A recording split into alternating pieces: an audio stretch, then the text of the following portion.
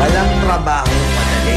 Wala kang karapatang maliitin yung trabaho ng iba. Yung iba sasabihin, gwardiya lang naman yan, rider lang naman yan, construction worker lang naman yan, gasoline boy lang naman yan, fast food crew worker lang naman yan. Pucha, nagkaroon lang tayo ng maganda-gandang klase ng trabaho. Akala na natin kung sino na tayong entitled sa mundong to. Minamaliit natin yung mga taong mas mabababa yung sahod sa atin. Pagkakaalam ko kasi, wala kang karapatang maliitin o matahin yung trabaho ng iba hanggat nagtatrabaho sila ng marangal. Walang trabahong madali. Lahat nagdadaan sa hirap. Lahat nagsasakripisyo.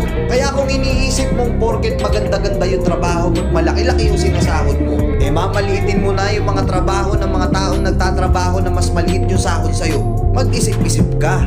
Baka bawiin sa'yo yan. Baka biglang bumaliktad yung mundo at sila naman yung umangat. Kahit anong trabaho mo, magpakumbaba ka pa rin. Bilog ang mundo, hindi palagi nasa taas ka. Kaya hanggat maaari sa lahat ng oras, magpakumbaba ka. Di ba?